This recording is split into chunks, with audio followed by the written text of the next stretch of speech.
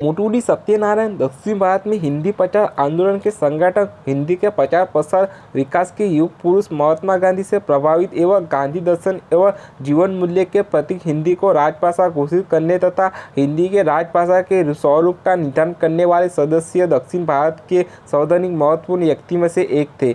वे दक्षिण भारत हिंदी प्रचार सभा, राष्ट्र भाषा प्रचार समिति, वर्धा तथा केंद्रीय हिंदी संस्थान के निर्माता भी हैं। सन 1947 तक आप भारतीय संविधान सभा के सदस्य रहे हैं। सी मोटूरी सत्यनारायण का जन्म आंध्र प्रदेश के कृष्णा जिले के दोंडुपुंडू गांव में हुआ था।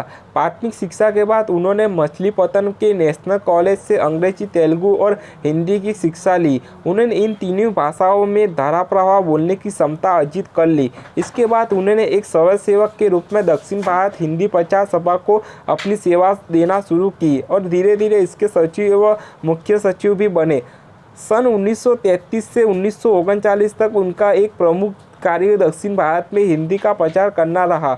उनका विवाह सूर्यकांत देवी से हुआ। उनके 3 पुत्र और 4 पुत्रियां उत्पन्न हुई। सन 1940 से 1942 तक भारत में महात्मा गांधी के नेतृत्व में व्यक्तिगत सत्याग्रह और भारत छोड़ो आंदोलन चला।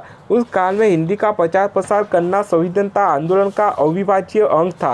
वे दक्षिण में संविधानता आंदोलन एवं हिंदी का प्रचार प्रसार परिपूर्वक थे। आंदोलन में भाग लेने के कारण उन्हें बंदी बनाया गया। मोटूरी सत्यनारायण जी ने जेल में रहकर हिंदी प्रचार का कार्य जारी रखा। जेल से मुक्त होने पर अपने ही हिंदी के प्रचार प्रसार के लिए अनेक योजना बनाई।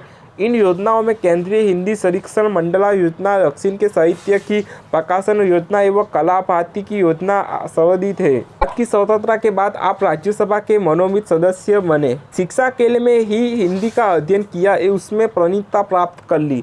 शिक्षण के बाद एक समाज सेवक के रूप में दक्षिण भारत हिंदी प्रचार सभा को अपनी सेवा देना शुरू की और धीरे धीरे इसके सचिव एवं मुख्य सचिव भी बने।